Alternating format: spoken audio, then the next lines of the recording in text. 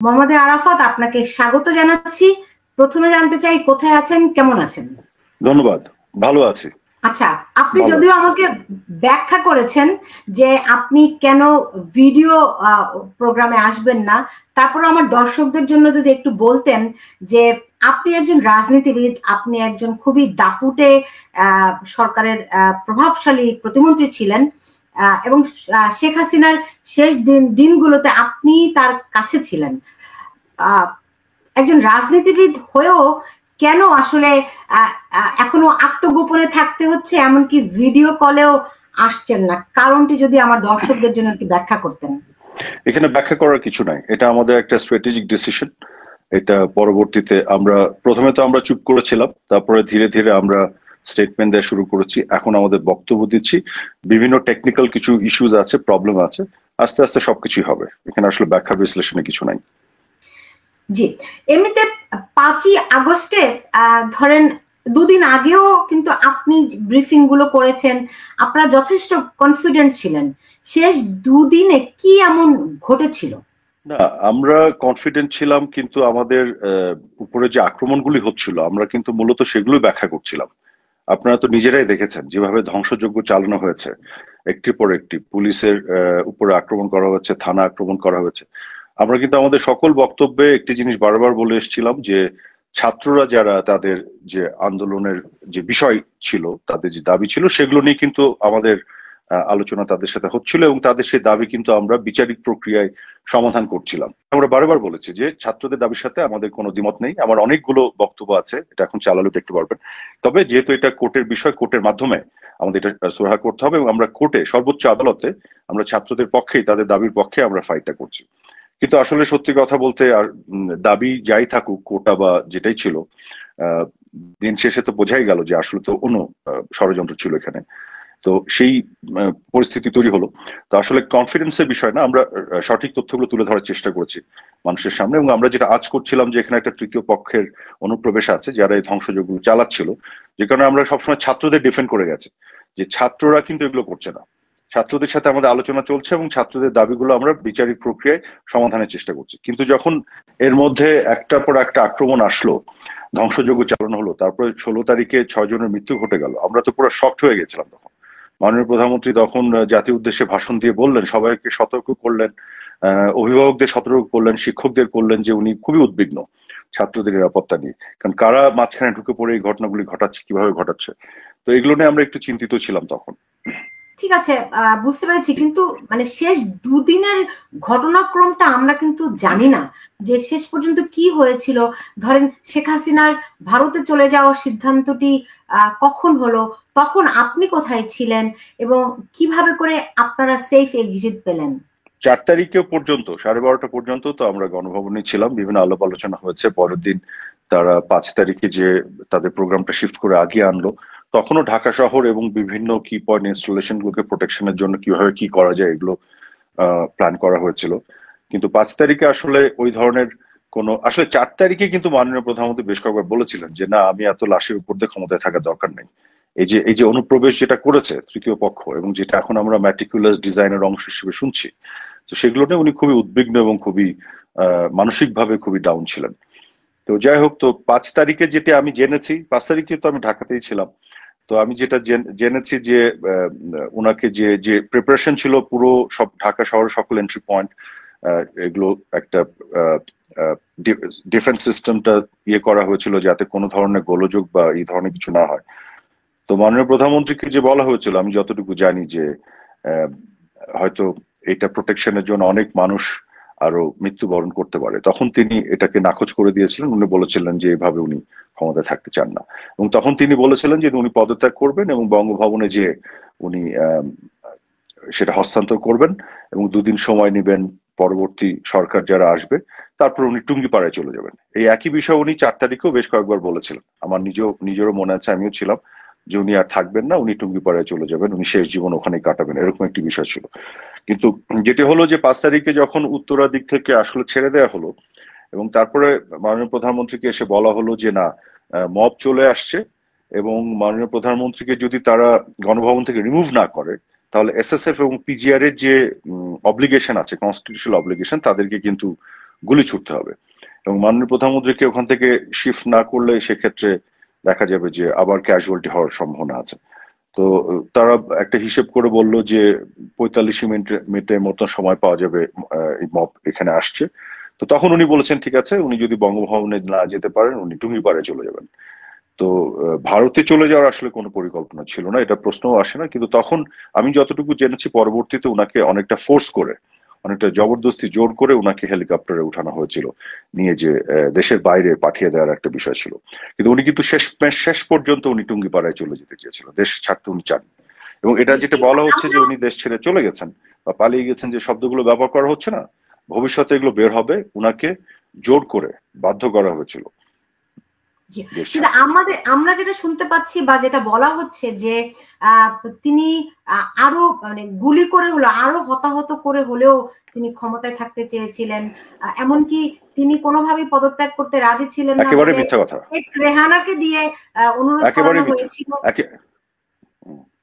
শেষে সজীব ওয়াজেদ জয় একেবারে মিথ্যা কথা। কারণ হচ্ছে একেবারে মিথ্যা কথা। কারণ উনি তো 4 তারিখেই আপনার বিকেলের পর থেকে কয়েকবার আমাদেরকে বলেছিলেন উনি আর থাকতে চান না।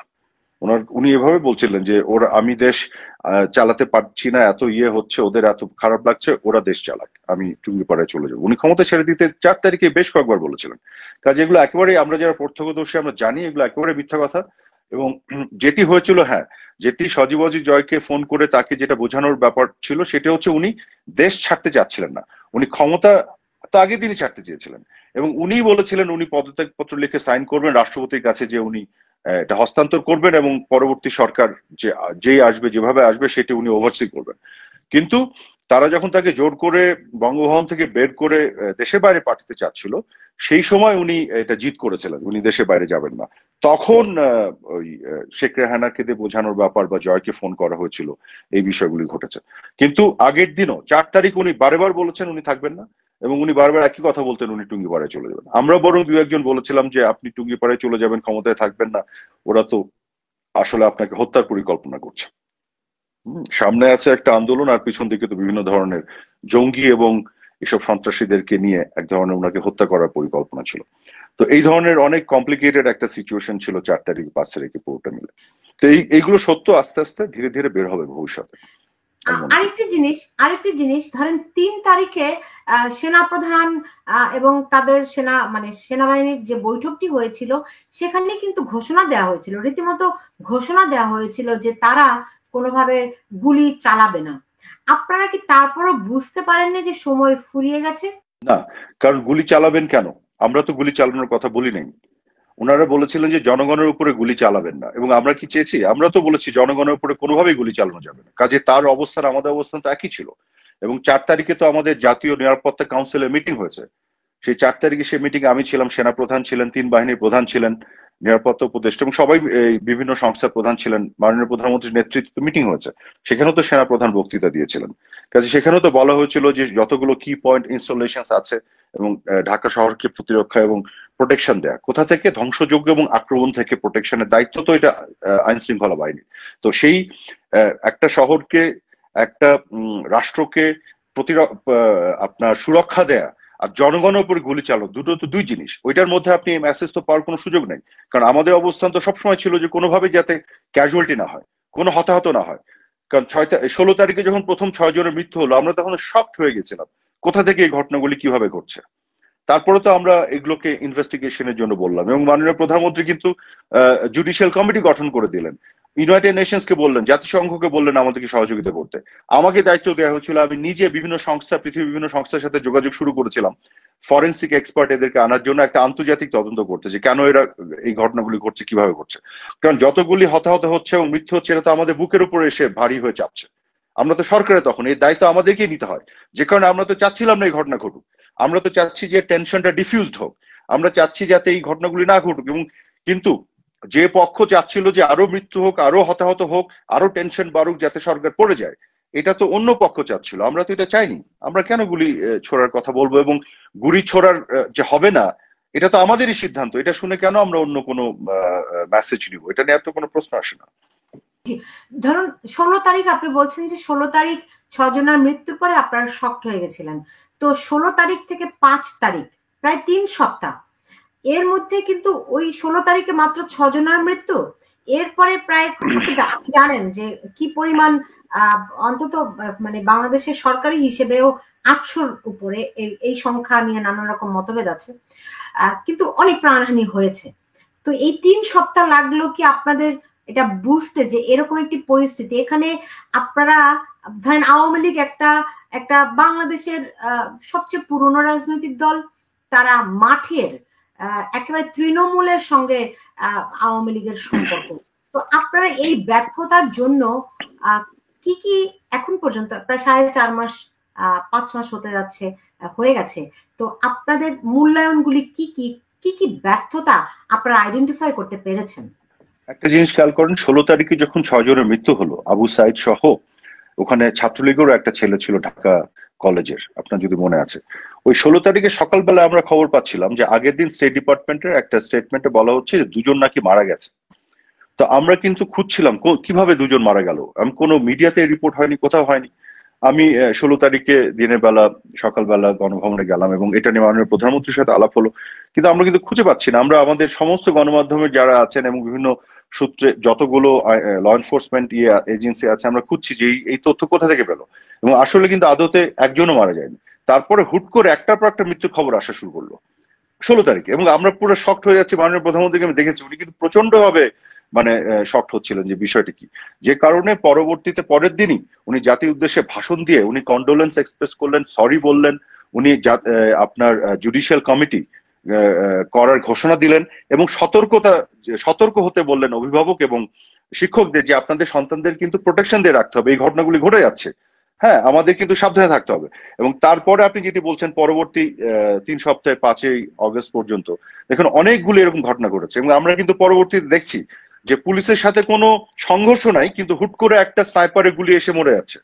এবং আপনার মনে আছে হৃদয় তরুয়া বলেছে তার বন্ধু তার পাশে কিভাবে মৃত্যুর কোলে ঢলে পড়েছে। তারপরে যেটা বলা হলো যে বাসার ভিতরে বাচ্চা শিশুরা মারা যাচ্ছে, হেলিকপ্টার থেকে নাকি গুলি ছড়া হয়েছে। পরে তো এই যে ডক্টর ইউনূসের অধীনে র্যাব ইনভেস্টিগেট করে বলে হেলিকপ্টার থেকে কোনো গুলি ছড়া হয়নি, এবং যে বাচ্চাটা মারা গেছে তার বাবা বলছে যে কোনো হেলিকপ্টার শব্দই ছিল না যখন তার গায়ে গুলি এসে লাগলো। তো এইটা তো আমরা আসলেই ওই 3 সপ্তাহ শকের মধ্যে ছিলাম, বুঝতে পারছিলাম না কেন ঘটছে। কিন্তু মাননীয় প্রধানমন্ত্রী দেখেন উনি জুডিশিয়াল কমিটি করে তদন্ত করতে শুরু করলেন, উনি জাতিসংঘকে ডাকলেন, আমরা বিভিন্ন সংস্থার সাথে যোগাযোগ শুরু করলাম, উনি যারা আহত হলেন তাদেরকে দেখার জন্য হসপিটালে দৌড়ে গেলেন এবং তাদের সুচিকিৎসার ব্যবস্থা করলেন। যারা নিহত হয়েছেন তাদের পরিবারের সদস্যদেরকে গণভবনে ডেকে তাদের পাশে আমরা দাঁড়ালাম, তাদেরকে সরকারিভাবে অনুদানের ব্যবস্থা করা হলো, তাদের পাশে থাকা এবং বিচারের ব্যবস্থা কমিটমেন্ট করা হলো। মাননীয় প্রধানমন্ত্রী তো সবকিছু করেছেন কিন্তু ওই সময়টুকুর মধ্যে। কিন্তু এমন যে একটা বিশাল ষড়যন্ত্র যেভাবে আমাদের ঘাড়ের উপর এসে পড়লো, মানে এত অল্প সময়ের মধ্যে এত কিছু ঘটে যাচ্ছিল এবং মানুষের মনকেও আসলে বিভিন্নভাবে চারিদিক থেকে প্রচার প্রপাগান্ডা করে বিষে তোলা হলো, যেটা সত্যি কথা। আপনি যদি বলেন ব্যর্থতার কথা, ওখানেই আমাদের সবচেয়ে বড় ব্যর্থতা ছিল যে আমরা আসলে এটা ওইভাবে এটা গভীরতাটা বুঝে উঠতেই পারিনি। এত অল্প সময়ের মধ্যে এত ঘটনা ঘটে যাবে এটা আমরা বুঝতে পারিনি, এবং আমরা আসলে ওই শকের মধ্যেই ছিলাম কাইন্ড অফ। একটা হতাহতের ঘটনা ঘটতো, আসতো আমাদের কাছে, এবং আমরা পুরা যে কি অবস্থা হতো চারিদিকে আমাদের কলিগরা মানে সবার চেহারা আপনার ভেঙে যেত, যেটা কি আর একটা ঘটনা এরকম হলো, কেন হচ্ছে। তো এই তো হচ্ছে অবস্থা। না পারার, এই যে আপনি এটা বলছেন যে এটা মানে গভীরতাটা বুঝতে পারেননি, সেই না পারার কারণটি কি?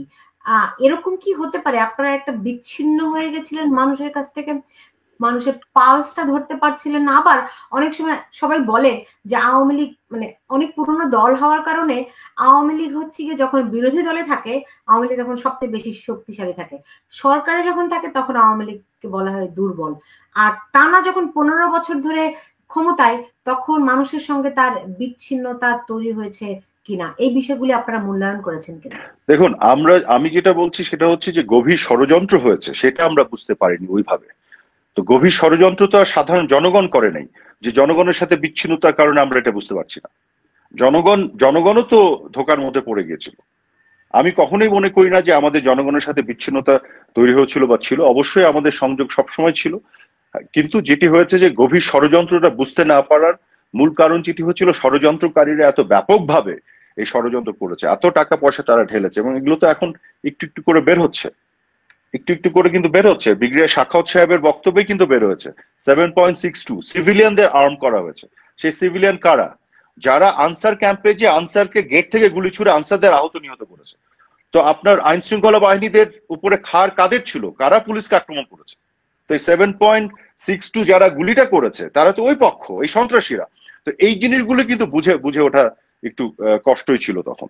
তো সেটা আমাদের অবশ্যই ব্যর্থতা ছিল, এবং অবশ্যই আমি মনে করি আমাদের দায়ও ছিল। দায় আমাদের নিতে হবে। আমরা যখন সরকারে ছিলাম আমাদের দায় আছে, কিন্তু এই দায় স্বীকার করেছিলাম বলেই আমরা জুডিশিয়াল কমিটি করেছিলাম তদন্তের জন্য, জাতিসংঘকে আহ্বান জানিয়েছিলাম, প্রত্যেকটি আহত নিহত পরিবারের পাশে দাঁড়িয়েছিলাম, আহতদের পাশে মাননীয় প্রধানমন্ত্রী গিয়েছিলেন, তাদের সুচিকিৎসার ব্যবস্থা করেছিলেন। আমরা দায় নিয়েছিলাম বলেই এই কাজগুলি আমরা করেছিলাম, এবং এখনো আমরা বিচার চাই। আমাদের কথা হচ্ছে যে বিচারটা হতে হবে।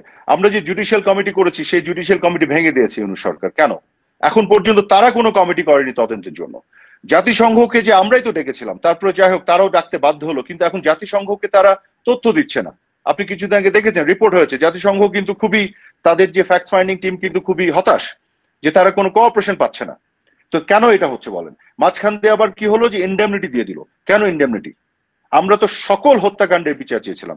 আপনি আমাকে বলেন যে এই 5 তারিখে পরে যে ঢাকা ইউনিভার্সিটির তোফাজ্জল, বা আপনার জাহাঙ্গীরনগরের যে শামীম, বা রাজশাহী ইউনিভার্সিটির মাসুদ, বা এই যে কিছুদিন আগে রায়হান এবং মাসুদ রানা যারা জয় বাংলা লিখেছিল, একজন রেকর্ড করেছিল, কুপে মেরে ফেললো, এগুলো দায় নিবে ইউনূস সরকার? শত শত আওয়ামী লীগের নেতা কর্মীকে যে হত্যা করা হলো 5 তারিখের পরে, এত পুলিশ হত্যা করা হয়েছে, এই পুলিশের পরিবারের সদস্যদের তাদের অধিকার আছে না বিচার চাওয়ার? তারা এগুলো দায় নিবে? নিচ্ছে?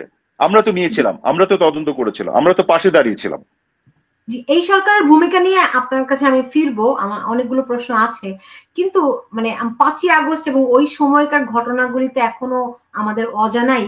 তখন সেনাবাহিনীর ভূমিকা আপনারা কিভাবে মূল্যায়ন করছেন, এবং আপনাদের কাছে কি পুরো পরিস্থিতি সম্পর্কে কোনো গোয়েন্দা প্রতিবেদন কি ছিল নাকি ছিল না? গোয়েন্দা তো আসলে এইভাবে কাজ করে না যে পুরো পরিস্থিতি নিয়ে। হ্যাঁ, একটা তো ছিল, আমাদের তো গোয়েন্দা সংস্থাগুলো তো জানা ছিল যে আমাদের একটা মিটিংও হয়েছিল স্বরাষ্ট্র মন্ত্রণালয়, আমি সেই মিটিং এ ছিলাম। এটা আরো আপনার অগস্টের শুরুতে মনে হয়, বা জুলাই শেষের দিকে, যেখানে কিন্তু প্রতিবেদনগুলো দেওয়া হয়েছে যে যেভাবে মানে আপনার ইভেন ঢাকা থেকে চিটাগং এ যে তেলের যে ট্যাঙ্ক বাহী যে গাড়িগুলো সেগুলোকে আক্রমণ করা হয়েছে, তেলের যে বিভিন্ন ডিপোগুলো সেগুলো আক্রমণ করা হয়েছে, জেলের মধ্যে জেল ব্রেক করে ঢুকে জঙ্গিদের বের করে নিয়ে আসা হয়েছে 800 কয়েদি। তো এগুলো কিন্তু পুরো একটা, আমরা কিন্তু আজ করতে পারছিলাম না একবারে, সেটা না, করছিলাম যে এগুলো তো কোনো শান্তিপূর্ণ আন্দোলনের লক্ষণ না, এখানে তো একেবারে জঙ্গিবাদী একটা মহাপরিকল্পনা নিয়ে তারা নেমেছে এবং এক ধরনের যুদ্ধ ঘোষণা করে। এবং আজকে কিন্তু তারা এটা স্বীকার করছে যে এত পুলিশ হত্যা না করলে, ধ্বংসযজ্ঞ না চালালে আপনার এইভাবে কি তাদের নাকি তাদের কথিত বিপ্লব সফল হতো না। তো কোটা আন্দোলনের বিষয়টা যে একটা জাস্ট কাভার ছিল, হ্যাঁ, পিছন দিকে যে ব্যাপারগুলি ছিল এগুলো প্রতিবেদনে উঠে এসছে, একেবারে আসেনি সেটা ঠিক নয়। দেখুন, বাংলাদেশে এর আগেও গণ অভ্যুত্থান হয়েছে, নানানভাবে সরকার পতন হয়েছে, কিন্তু যেভাবে করে আওয়ামী লীগ তাসের ঘরের মতো ভেঙে পড়লো, সবচেয়ে শক্তিশালী দল, সবচেয়ে বড় রাজনৈতিক দল, সবচেয়ে পুরাতন এবং অভিজ্ঞ রাজনৈতিক দল, যাদের নেতৃত্বে বাংলাদেশ স্বাধীন হয়েছে, তারা এরকম করে ভেঙে পড়ে যাবে এবং সবাই আত্মগোপনে চলে যাবে। আওয়ামী লীগ ভেঙে পড়েনি, আওয়ামী লীগ ভেঙে পড়েনি, আওয়ামী লীগ আছে, আওয়ামী লীগ ছিল এবং আওয়ামী লীগ থাকবে। বিষয়টি যেটি হয়েছে যে একটা মানে অল অফ এ সাডেন, এই যে এত অল্প সময়ের মধ্যে যে মানে যে ষড়যন্ত্রটা, এটা তো পিছন থেকে দীর্ঘ পরিকল্পনা ছিল, এবং যে পরিমাণ আপনার এখানে ইনভেস্টমেন্ট হয়েছে দেশি বিদেশি চক্র, যে কারণে যেটা হচ্ছে কি যে আমরা তো ধরেন যারা অসাম্প্রদায়িক রাজনীতি করি, আমরা তো সবসময় এই জঙ্গিদের টার্গেট ছিলাম। তো যেভাবে আমাদেরকে এই পতনের দিকে নিয়ে যাওয়া এবং জঙ্গিদের ছেড়ে দিয়ে আমাদেরকে একটা ঝুঁকির মধ্যে ফেলে দেওয়া হলো, তো যে কারণে আপনি খেয়াল করে দেখেছেন যে যারাই এই ঝুঁকিকে মোকাবেলা করার জন্য আমাদের বিভিন্ন পন্থা অবলম্বন করতে হচ্ছে সাময়িকভাবে। আমরা যদি নিজেদেরকে সেফ অ্যান্ড সিকিউর না করি, আমরা তাহলে ইভেন্চুয়ালি রিঅর্গানাইজ রিগ্রুপ করে ফাইট ব্যাক কিভাবে করব? যারা সেটা করতে পারেনি তাদেরকে কিন্তু আপনার জেলে ঢুকে রেখেছে, মিথ্যা মামলা দিয়েছে। প্রত্যেকটি আওয়ামী লীগের নেতাকর্মীর বাসা আপনার আক্রমণ করা হয়েছে, লুটতারাজ করা হয়েছে। গোটা বাংলাদেশে আওয়ামী লীগের সমস্ত অফিস যেগুলো আছে সেগুলো ভেঙে ফেলা হয়েছে। আমার বনানীতে যে অফিস যেটি ছিল সেটা পুরোটা আপনার লুট করা হয়েছে। এবং সবকিছু আপনার নিয়ে গেছে, কম্পিউটার এবং ভেঙে চুরে রেখে চলে গেছে। তো এই ধরনের আক্রমণের মুখে আপনি কি করবেন? এই ধরনের আক্রমণের মুখে আমি মনে করি যে আমাদেরকে অবশ্যই নিজেদেরকে জঙ্গি যে ঝুঁকি, জঙ্গিদের ঝুঁকির মুখে আমাদেরকে অবশ্যই কৌশলগতভাবে সেই অবস্থা নিতে হয়েছে। কিন্তু আমরা আওয়ামী লীগ ছিল, আছে এবং থাকবে। আওয়ামী লীগ তাসের ঘরের মতন ভেঙে পড়েনি। আওয়ামী লীগ মোকাবেলা করবে, করেই বাংলাদেশ এবং জনগণের স্বার্থে আওয়ামী লীগ কাজ করবে। জি, ধরেন মানে এখন যে পরিস্থিতি, এতে তো একেবারে তৃণমূলের নেতাকর্মীরা মারাত্মকভাবে তারা এফেক্টেড। তারাই হত্যার শিকার হচ্ছে, নির্যাতনের শিকার হচ্ছে, বাড়িঘরে থাকতে পারছে না, তাদের বাড়িঘর জ্বালিয়ে পুড়িয়ে দেওয়া হচ্ছে। অনেকে অভিযোগ করেন যে এটি আসলে দল হিসেবে আওয়ামী লীগের একটা বড় ব্যর্থতা, যে তাদের যেই কর্মীদেরকে এইভাবে করে মানে এইভাবে করে ছেড়ে দেয়া, সবাই গোপনে চলে যাওয়া, কোন রকম দিক নির্দেশনা না থাকা, এটি একটা এত বড় একটা দলের কাছ থেকে কেউ আশাও করে না, এবং এটি একটা দায়িত্বহীন পরিস্থিতি, এমনটাই কিন্তু অনেকে অভিযোগ করছেন। দেখুন, যারা দেশে কোনো না কোনো ভাবে দেশের ভিতরে আটকে গেছেন, তারা কি দিক নির্দেশনা দিতে পারছেন? আওয়ামী লীগের শীর্ষ পর্যায়ের কত নেতা, সাবেক মন্ত্রী, এমপি, তারা তো সব জেলে। তারা কি দিক নির্দেশনা দিতে পারছেন? বরং বাইরেও আছেন, তারা তো নিরাপদে আছেন। আমি না, কেউ নিরাপদে নাই, কেউই নিরাপদে নাই, কেউ ভালো অবস্থায় নাই, এতটুকু আপনাকে বলতে পারি। আপনার এমন একটা পরিস্থিতিতে সবাইকে নিজেকে সিকিউর করতে হয়েছে, কেউ নিরাপদে এবং ভালো অবস্থায় নাই। বরং আমি বলছি যে যারা সেই ঝুঁকি মোকাবেলা করে কিছুটা নিজেকে সিকিউর করতে পারছেন, তারাই হয়তো এখন অনেক ক্ষেত্রেই নেতাকর্মীদের সাথে যোগাযোগ করে তাদের পাশে দাঁড়াতে পারছেন। কাজে দেশে থেকে আপনি যেটা বলছেন, একেবারে সামনাসামনি মুখোমুখি হয়ে ওই বীরত্ব দেখানো দেখে আপনি জেলে ঢুকবেন, আপনাকে মেরে ফেলবে, আপনাকে হত্যা করবে, তখন তো আপনি কিছুই করতে পারবেন না। কাজে এখন আমি মনে করি যারা নিজেদেরকে কিছুটা নিরাপদ জায়গায় রাখতে পেরেছেন, তারাই বরং এখন কিছু তাদের সীমাবদ্ধ সাধ্যের মধ্যে চেষ্টা করছেন যোগাযোগ করে বিভিন্ন জনের সাথে। আমরা তো যোগাযোগ করছি তো বিভিন্ন নেতাকর্মীদের সাথে, মাননীয় প্রধানমন্ত্রী কিন্তু তৃণমূলে বিভিন্ন জনের সাথে যোগাযোগ করছেন এবং কথা বলছেন, তাদের পাশে থাকার জন্য উনি আছেন, এবং বিভিন্ন জনের মাধ্যমে চেষ্টা করা হচ্ছে তাদের বিভিন্ন ধরনের সহায়তা প্রদান করার। তো কাজেই এইটা কিন্তু ঠিক না যে আওয়ামী লীগের সবাই সবকিছু ছেড়ে চলে গেছে। যারা বরং সিকিউর করেছে, নিরাপদ করছে নিজেকে, তারাই এখন করতে পারছেন কিছুটা হলেও। তাদেরও সীমাবদ্ধতা আছে, কিন্তু যারা পারেননি তারা তো সব আপনার জেলের মধ্যে, তারা তো আরোই পারছেন না, তাই না? তবে এটা খুবই সত্যি কথা, গোটা বাংলাদেশে আওয়ামী লীগের তৃণমূলের কর্মীদের উপরে যে আঘাত নেমে এসছে, যেভাবে তারা অন্যায় অত্যাচার করছে এবং আক্রমণ করছে, এটা তো এখন দেশের মানুষ বিশ্ব দেখছে, যে যারা এতদিন গণতন্ত্র মানবাধিকারের কথা বলে। বড় অভিযোগ হচ্ছে কি, যে ধরেন যারা এরকম তৃণমূলের কর্মী, প্রকৃত আওয়ামী লীগ, তারা অনেকখানি দল থেকে বিচ্ছিন্ন ছিলেন, যারা যেটি বলে যে হাইব্রিড, এরকমরাই আওয়ামী লীগের প্রভাবশালী ছিল, এবং দল হিসেবে কিংবা সরকার হিসেবে আওয়ামী লীগ সরকার অনেকখানি প্রশাসনের উপর নির্ভরশীল ছিল। এই দিক থেকে কি মনে হয় যে এটাও একটা বড় ধরনের অভিযোগ, এবং দলকে আবার সংগঠিত করতে এইগুলো একটা বড় চ্যালেঞ্জ হয়ে দাঁড়িয়েছে? আপনি আওয়ামী লীগের কেন্দ্রীয় কার্যনির্বাহী সংসদে যারা আছেন দেখেন, আপনি ওখানে দেখেন, মেজরিটি 90% উপরে আপনি পাবেন দলের সাথে দীর্ঘদিন ধরে কাজ করে যাওয়া তৃণমূলের কর্মীরা, যারা বিভিন্ন পর্যায়ে নেতা হয়েছে। আওয়ামী লীগের বিভিন্ন স্তরে দেখেন কমিটিগুলো। না, আমি বলি, আপনি প্রশ্নটা একটু শেষ করি। হ্যাঁ, এই ধরনের সাংগঠনিক কিছু দুর্বলতা তো অবশ্যই ছিল, আমি এটা অস্বীকার করব না যে সব জায়গাতে আমরা সাফল্যের সাথে সবকিছু করেছি। অবশ্যই আমাদের ব্যর্থতা ছিল, আমাদের ভুল ভ্রান্তি ছিল, কিন্তু এই যে ঢালাও অভিযোগ যেগুলো, সেগুলো আমি মনে করি না এগুলো ঠিক। তবে আওয়ামী লীগের প্রশাসনের উপরে যেটি বলছে, রাষ্ট্র পরিচালনার ক্ষেত্রে তো অবশ্যই প্রশাসনের একটা বিষয় থাকে, সেটা সাথে নিয়ে কাজ করতে হয়। আর দল এবং সংগঠনের ক্ষেত্রে সেটা সাংগঠনিকভাবে বিষয়গুলি দেখতে হয়।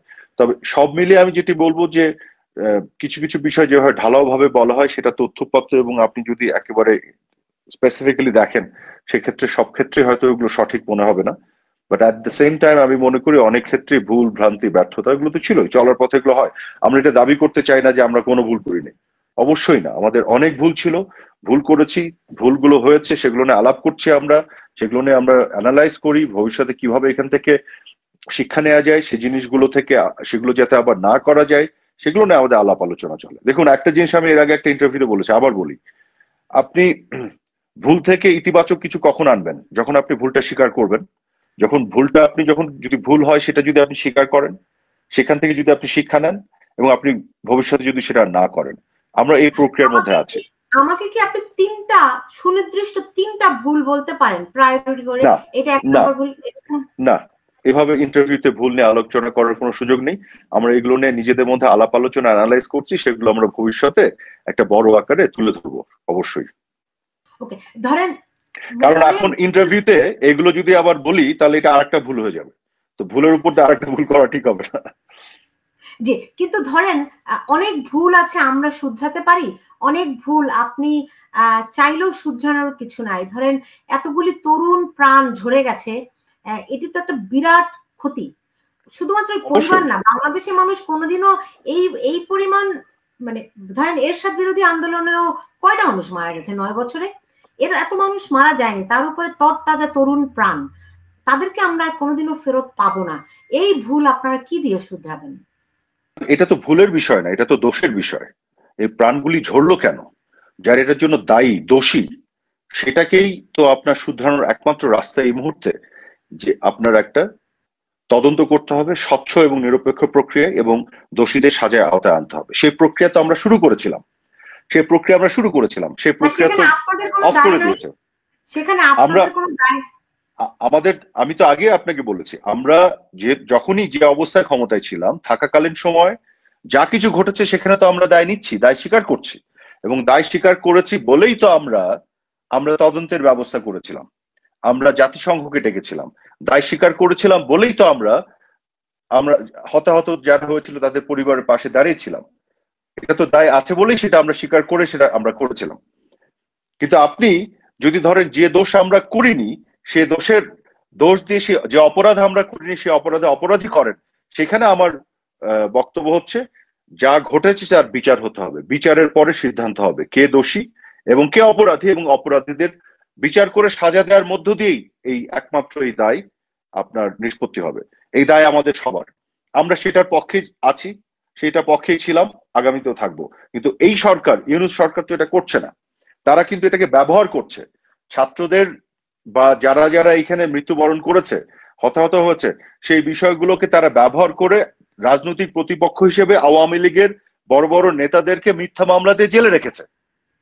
আসল যে কালপ্রিট যারা, তাদেরকে তো তারা ধরছে না।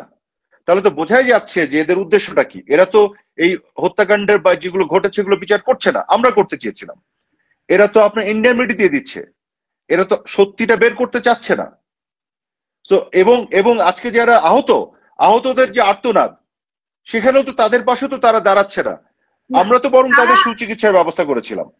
তারা বিচার করতে চাচ্ছে না তা না, তারা তো আন্তর্জাতিক মানবাধিকার ট্রাইব্যুনালে তারা বিচার করছে, প্রক্রিয়া শুরু করেছে। কোথায় আন্তর্জাতিক মানবাধিকার ট্রাইব্যুনালে তারা বিচার করছে? ট্রাইব্যুনালে তারা শেখ হাসিনার জন্য তদন্ত করছে, এরই মধ্যে ভারত থেকে তাকে প্রত্যার্পণ। ওটাকে তো বিচার বলে না। শোনেন, ইউনাইটেড নেশনস এর ফ্যাক্ট ফাইন্ডিং কমিটিকে আপনি কেন তথ্য দিচ্ছেন না? আপনি যদি শোনেন, আপনি ওইটাই তো আপনাকে বললাম যে এটা ইনভেস্টিগেট করে যে আসল কালপিট ধরতে হবে, সেই কাজে কিন্তু তাদের মনোযোগ নাই। তারা কি করছে? রাজনৈতিক প্রতিপক্ষ হিসেবে শেখ হাসিনার পিছে লাগছে, বা আওয়ামী লীগের নেতাদেরকে ধরে এনে আপনার জেলে ভরে রাখছে। অর্থাৎ তারা পলিটিক্যালি রাজনৈতিক অস্ত্র হিসেবে এগুলোকে ব্যবহার করছে।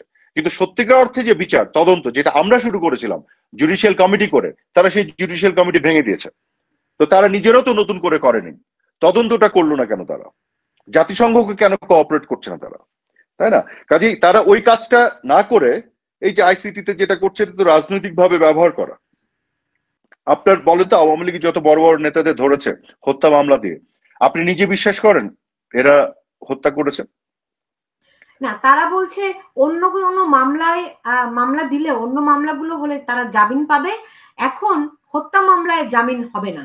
মূলত সেই মানে হত্যা তারা না করলেও দিবে। তার মানে এটাই তো হচ্ছে নতুন বাংলাদেশের সংজ্ঞা তারা তৈরি করলো, যেখানে আইনের শাসন বলে কিছু নাই। তারা যে এত কথা বলে এসছে, আমাদেরকে দোষ দিয়েছে যে আইনের শাসন, গণতন্ত্র, মানবাধিকার, তো এখন এসে আবার ওই একই কাজ করছে। তো মামলায় জামিন পেলে পাবে, যার যে দোষ আছে সেভাবে আইনি প্রক্রিয়ায় তাদেরকে নিতে হবে, যদি নির্দোষ হয় নির্দোষ হবে, দোষ হলে সাজা হবে। সেটা না করে এক তো হচ্ছে মব তৈরি করে হত্যা করছে, খুন করছে, জঙ্গিদের লেলিয়ে দিয়েছে, আর হচ্ছে যাদেরকে হাতের কাছে পাচ্ছে মিথ্যা মামলা দিয়ে ধরে জেলে ভরছে, আর সেই মামলা মিথ্যা মামলা দিয়ে চাঁদাবাজিও চলছে। এই তো আজকের নতুন বাংলাদেশ, বাংলাদেশ 2.0। আরেকটি বিষয় দেখুন, সবাই ষড়যন্ত্রের কথা বলছে, সেখানে অভিযোগ আসছে ধরেন চায়না, আমেরিকা, ভারত, এই 3 দেশের ইনভলভমেন্ট অনেকভাবে শোনা যাচ্ছে। আমি এই সবগুলি ইনভলভমেন্টে যাব না, কিন্তু আমরা দেখতে পাচ্ছি যে চায়নার সঙ্গে আওয়ামী লীগের কোন রকম সম্পর্ক আমরা দেখতে পাচ্ছি না। অন্যদিকে ধরেন ডক্টর ইউনূস সরকার, তিনি এরই মধ্যে দেশটার সঙ্গে মানে ঘনিষ্ঠ হয়েছেন, সেটি শোনা যাচ্ছে। এবং ধরেন বিভিন্ন অন্যান্য রাজনৈতিক দলের নেতৃবৃন্দকে আমরা দেখেছি চায়না ঘুরে এসেছেন, বা একটা দ্বিপাক্ষিক সম্পর্ক রাজনৈতিক দলগুলোর মধ্যে চায়নার সঙ্গে হচ্ছে। এই বিষয়টিকে আপনারা কিভাবে করে মূল্যায়ন করেন? আওয়ামী লীগের সঙ্গে চায়নার সম্পর্কটি এখন কেমন? না, আওয়ামী লীগ যখন সরকারে ছিল তখন আওয়ামী লীগের ফরেন পলিসি একটা ছিল, ডিপ্লোমেসিটা এরকম ছিল, আমরা সকলের সাথে সম্পর্ক রেখেছি এবং আমাদের বক্তব্যটা খুবই সুস্পষ্ট ছিল যে কারোর সাথেই শত্রুতা নয়, সকলের সাথে বন্ধুত্ব। তো চায়নার সাথেও আমাদের বন্ধুত্ব ছিল। ফিউচারে আমরা আবার যদি রাষ্ট্র ক্ষমতায় আসি আমাদের তাই থাকবে, কারণ আমাদের কথা হচ্ছে বাংলাদেশের স্বার্থে যে দেশের সাথে যে ধরনের সম্পর্ক তৈরি করতে হবে সেটা আমরা করবো, এবং সেটা আমরা করেছিলাম। আমাদের চায়নার সাথে বাণিজ্যিক সম্পর্ক ছিল, বাংলাদেশে অনেক ইনভেস্টমেন্ট তারা নিয়ে এসেছিল। পার্শ্ববর্তী দেশ হিসেবে ভারতের সাথে একটা বিশাল সম্পর্ক আমাদের ছিল, আমাদের সবচেয়ে বড় আপনার নেইবারিং কান্ট্রি। পাশ্চাত্যের বিভিন্ন দেশের সাথে সম্পর্ক ছিল, মিডল ইস্টের সকল দেশের সাথে সম্পর্ক ছিল, টার্কির সাথে আমাদের সম্পর্ক ছিল। তো এটা তো একটা ডিপ্লোম্যাটিক রিলেশনশিপের ব্যাপার, এটা তো আসলে দল হিসেবে আওয়ামী লীগের সাথে সম্পর্ক যতটা না, তার চেয়ে আপনার দেশ হিসেবে বাংলাদেশের সাথে আমরা রাষ্ট্র পরিচালনার ক্ষেত্রে কিভাবে ডিপ্লোমেসিটা করেছি, বিষয়টা সেরকম। কিন্তু ধরেন চায়নার সঙ্গে বেশ কিছু বিষয় রয়েছে, ভারতের সঙ্গে আবার সেগুলো কন্ট্রাডিক্টরি রয়েছে।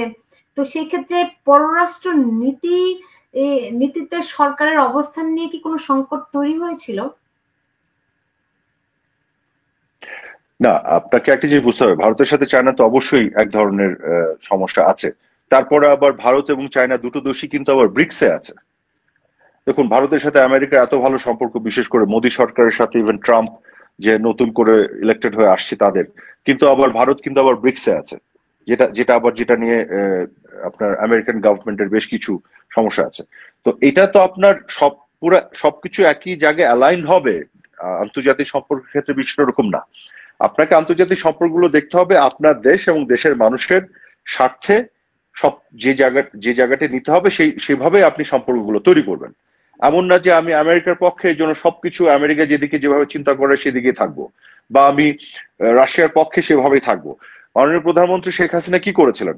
ভারতের সাথে চমৎকার সুসম্পর্ক রেখেছিলেন এবং ভারতের সাথে দীর্ঘদিনের অনেক সমস্যার সমাধান করেছিলেন। ল্যান্ড বাউন্ডারি এগ্রিমেন্ট থেকে শুরু করে বিভিন্ন ধরনের সমস্যা যেগুলো আমাদের ছিল উনি সমাধান করেছিলেন, কিন্তু ছিটমহল যে বিষয়গুলি। But at the same time চায়নার সাথে সম্পর্ক রেখেছিলেন, আমেরিকার সাথে আমাদের সম্পর্ক ছিল, ওদিকে আমরা রাশিয়া থেকে আবার নিউক্লিয়ার পাওয়ার প্ল্যান্ট আমরা বানিয়েছিলাম।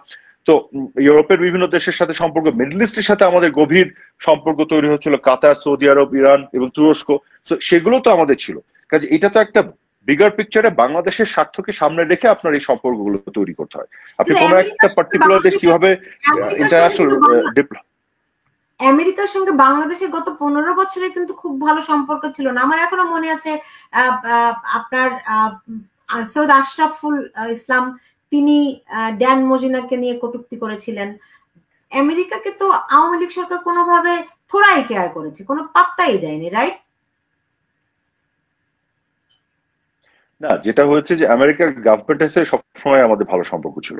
যেটা হচ্ছে এখানে অ্যাম্বাসিতে অনেকেই ধরেন বিভিন্ন ধরনের আমাদের আভ্যন্তরীণ রাজনীতির মধ্যে যখন নাক গলানো কথাবার্তা বলতো তখন সেগুলোকে প্রতিবাদ করা হতো। বিষয়টা এরকমই ছিল, তারা তো বিভিন্নভাবে আমাদের আভ্যন্তরীণ রাজনীতিতে আপনার ইন্টারভিন করার চেষ্টা করতো, সেখানে আমাদের বিভিন্ন বক্তব্য আসতো। কিন্তু আপনি যদি রিলেশনশিপের জায়গাটা দেখেন, কোনো কিছু তো বন্ধ হয়নি, সবকিছু তো কিন্তু চলেছে, এক্সপোর্ট ইম্পোর্ট থেকে শুরু করে সব ধরনের বিষয়গুলি, বা আমাদের অ্যাম্বাসি গুলোর মধ্যে যোগাযোগ এবং সবগুলোই তো ছিল, সেগুলো প্রগ্রেসও করেছে। কিন্তু ধরেন এখন ভারত বিদ্বেষী বাংলাদেশের মানুষের একটা মনোভাব আজকে থেকে না, একদম ঐতিহাসিক ভাবেই বাংলাদেশের মানুষদের কিছু একটা অংশের মধ্যে ভারত বিদ্বেষী মনোভাব আছে, এবং এটা নিয়ে রাজনীতির একটা বড় বড় চাল হচ্ছে গিয়ে ভারত বিদ্বেষী মনোভাব।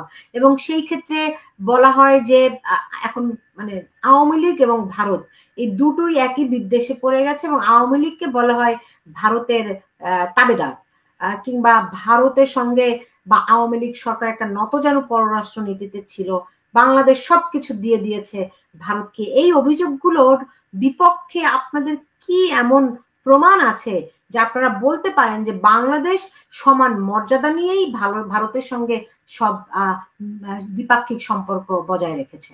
শোনেন, সমান মর্যাদা তো বটেই, বরং অন্য দলই যারা এসব কথা বলে তারা যা পারেনি আওয়ামী লীগ সেটা অর্জন করেছে ভারতের কাছ থেকে।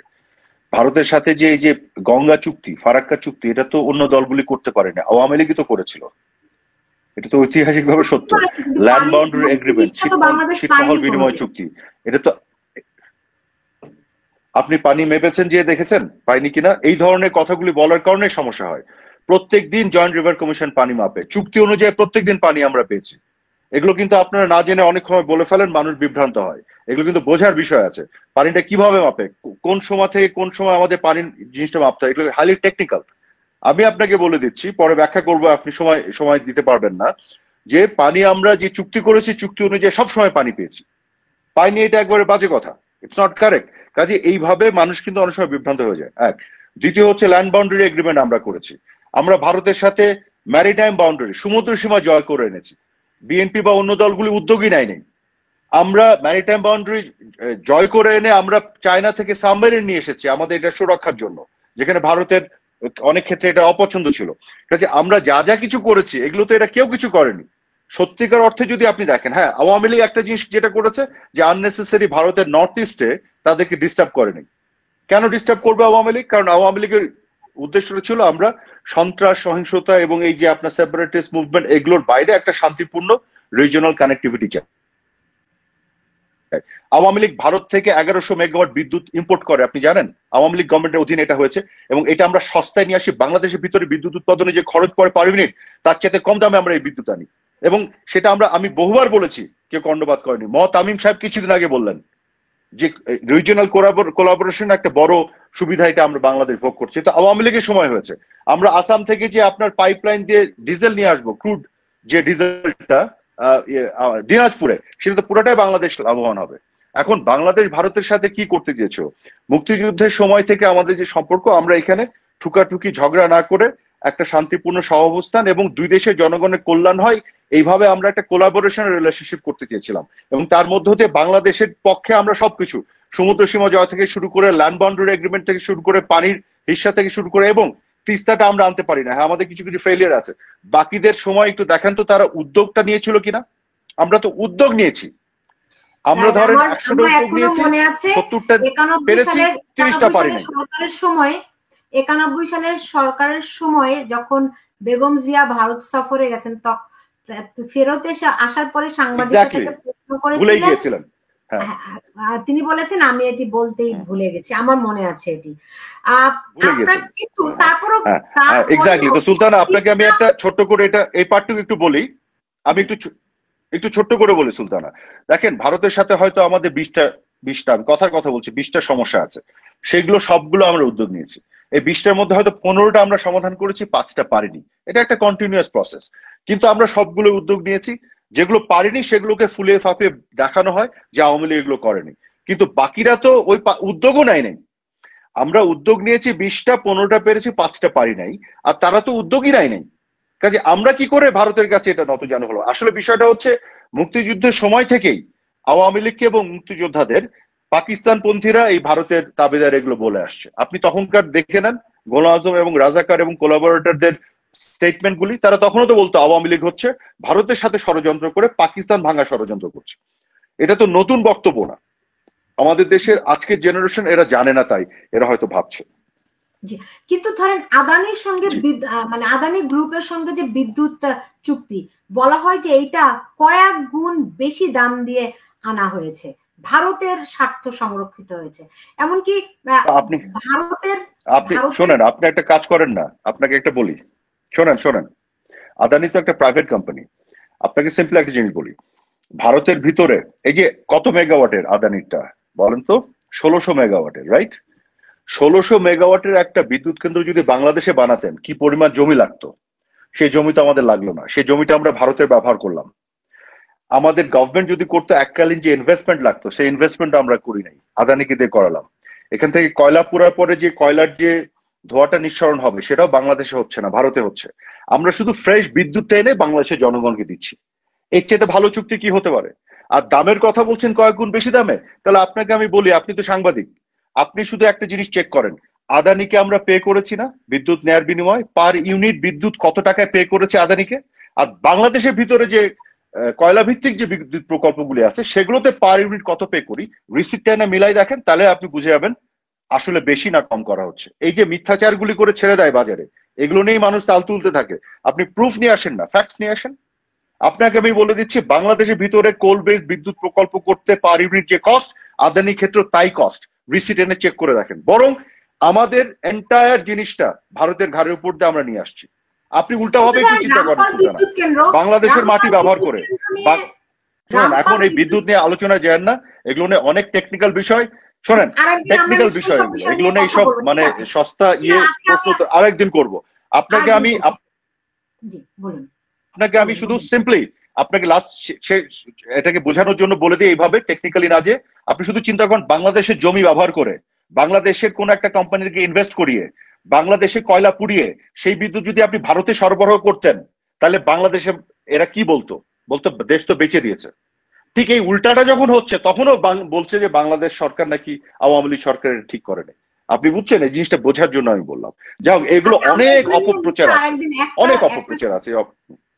যে একটা অনুষ্ঠানে তো সব হবে না, কিন্তু আমি শেষ করব তার আগে ধরেন এই যে এত প্রাণহানি হয়েছে, আওয়ামী লীগ সরকারের ক্ষমতায় কে ষড়যন্ত্র করেছে, কি করেছে, মানুষের এতে যায় আসে না। কারণ সব দেশে সব সরকারের বিরুদ্ধেই ষড়যন্ত্র থাকে। আপনি সরকারের প্রভাবশালী মন্ত্রী ছিলেন, আপনিও জানেন সেটি। পৃথিবীর সব দেশেই সব সরকারের বিরুদ্ধে ষড়যন্ত্র থাকে। কিন্তু এই যে দেশের আমরা কি দেখলাম, আমাদের পুলিশ আমাদের সন্তানদেরকে, আমাদের মানুষদেরকে হত্যা করছে, এবং তাও কোন সরকার? আওয়ামী লীগ সরকার, রাইট? এইটা কিন্তু বিরাট একটা ক্ষতর সৃষ্টি করেছে এবং এতগুলো তাজা প্রাণ ঝরে গেছে। আওয়ামী লীগ কি এই দায় নিয়ে ক্ষমা চাইবে কিনা জাতির কাছে? দেখুন, আমরা এই দায় নিয়েছি। আওয়ামী লীগ সরকারের আমলে আমরা যে কদিন ছিলাম, আমি যদি বলি 16 থেকে 5 তারিখ পর্যন্ত, জুলাই 16 থেকে অগাস্টের 5 তারিখ পর্যন্ত প্রত্যেকটি ঘটনার দায় আমাদের আছে, এটাকে আমরা এড়াই না। যে কারণে আমরা তদন্তের কথা বলেছি। ঢালাও বলা যাবে না সকল মৃত্যু পুলিশের হাতে হয়েছে এবং সকল মৃত্যু পুলিশ সরাসরি আইন ভেঙে করেছে। কোনটা আসলে আইন ভেঙে করেছে, কে দায়ী কে দায়ী না, এটার জন্যই তো আমরা তদন্তের ব্যবস্থা করেছি, জাতিসংঘকে ডেকেছি। দিন শেষে হচ্ছে, আমি যতই দুঃখ প্রকাশ করি, আমি যতই ক্ষমা চাই, আমি যাই করি না কেন, দিন শেষে যারা তাদের পরিবারের সদস্যদের হারিয়েছে তাদেরকে আপনার বিচার দিতে হবে। বিচার আমরা সেইটাই করতে চেয়েছিলাম এবং ন্যায্য বিচার দিতে হবে।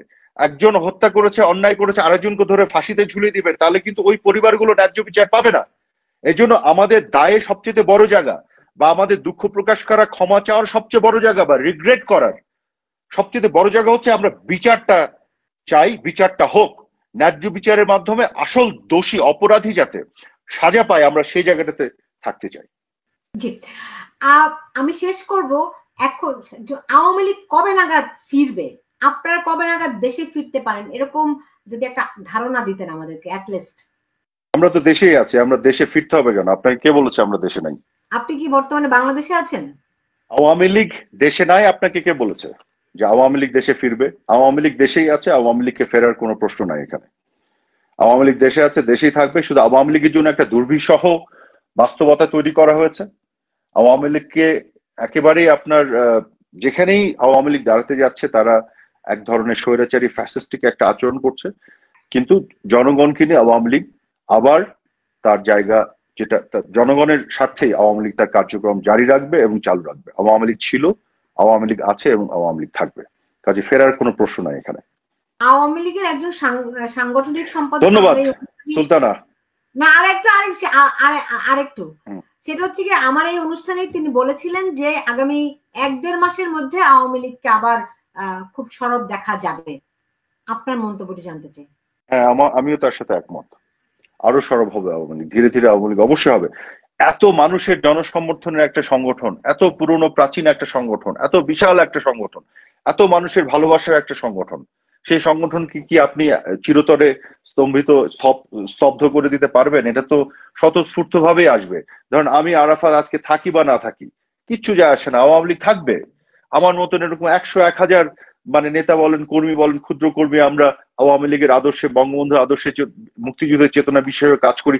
আমরা যদি মানে ধরেন ধুলায় মিশে যায়, মানে ধোঁয়ায়, মানে কি বলবো, একবার বাষ্প হয়ে উড়ে যায়, তাতেও আওয়ামী লীগের কিছু যায় আসে না। আওয়ামী লীগ একটা বটবৃক্ষ, মহিরুহ, আওয়ামী লীগ থাকবেই, আওয়ামী লীগ সরব হবেই, এটাই বাস্তবতা, এটাকে মেনে নিতে হবে। আরাফাত জি, আপনাকে অনেক ধন্যবাদ জানাচ্ছি আমাদের সঙ্গে আজকে যুক্ত হওয়ার জন্য। আপনি ভালো থাকুন। আপনাকেও ধন্যবাদ সুলতানা, অনেক ধন্যবাদ, আপনিও ভালো থাকবেন। জি।